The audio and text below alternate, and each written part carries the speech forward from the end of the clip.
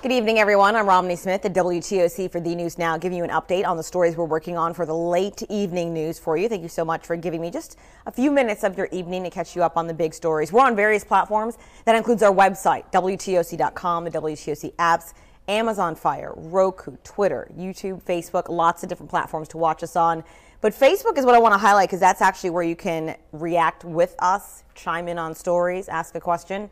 And so we'll do our best to answer any questions we get. And if not, no worries. We can always go back in the comment section afterward and get you a link to get you closer to the answer you're looking for right now. So thank you very much for those of you who are joining us. We appreciate it. So WTOC continues to learn more about the investigation into the woman found dead at Fort Stewart on Tuesday night.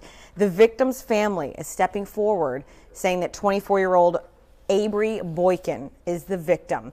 Fort Stewart Garrison Commander Colonel Jason Walter wouldn't confirm her identity, but did release a statement saying this is an ongoing investigation. The U.S. Army Criminal Investigation Command, the Directorate of Emergency Services, and our federal, state, and local law enforcement partners are working this case around the clock to close the investigation.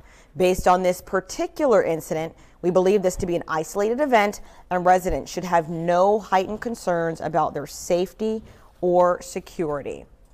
Here are pictures of Avery Boykin that the family sent to WTOC this afternoon. We were also able to speak with 3 of Avery's cousins and aunts today on the phone, who told us that their family is so close. They also feel more like brothers and sisters than aunts and cousins.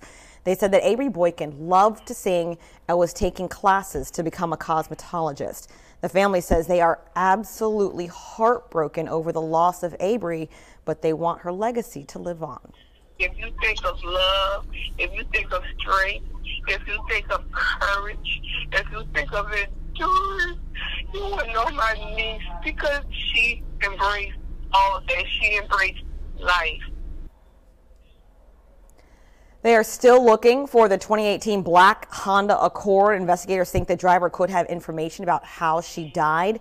We will continue to bring you updates as soon as we learn any more information. I see those of you on Facebook weighing in. Mariah Davis saying, I hope they find a suspect. We will certainly let you know if we get a description of someone or if they make an arrest, because certainly a lot of people in our area are thinking how horrific this is, that a deployed soldier, her husband, is abroad fighting for this country and receives word that his young wife, she was only 24 years old, died in their home on the fort. So again, we will continue to follow the story. As soon as we get more information, we'll let you know.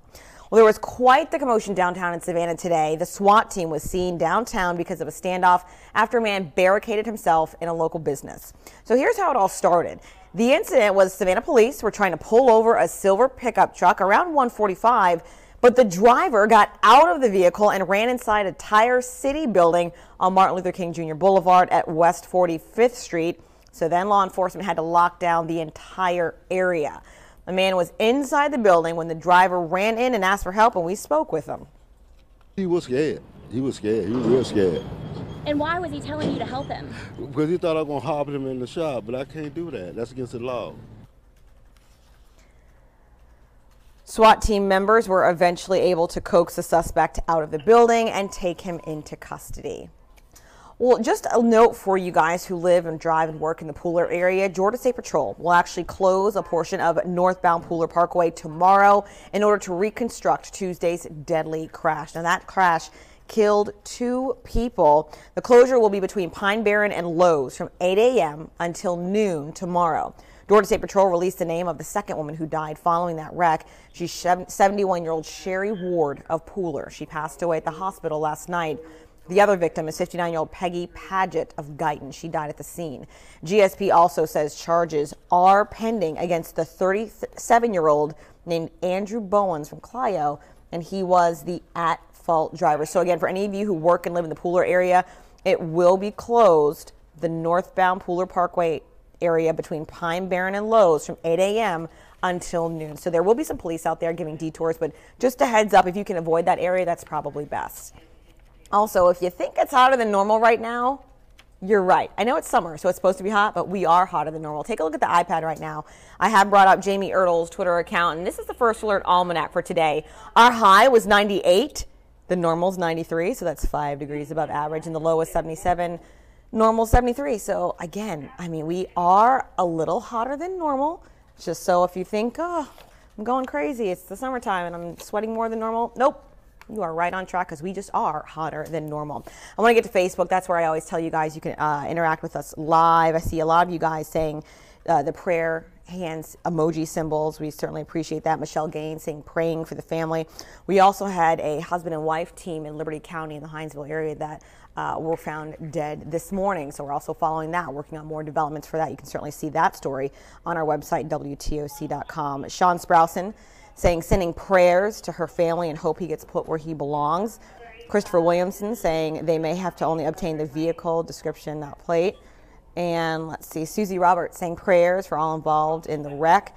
You know, this has been a lot. We normally don't have this many amounts of homicide investigations and deadly crashes at one time. So certainly a lot going on in our community. I urge you all to be safe, be vigilant, and we're going to continue to look into all these stories because the one thing that everyone just kind of says didn't feel right about the situation at the fort was that the woman's family members called police to do a wellness check on her.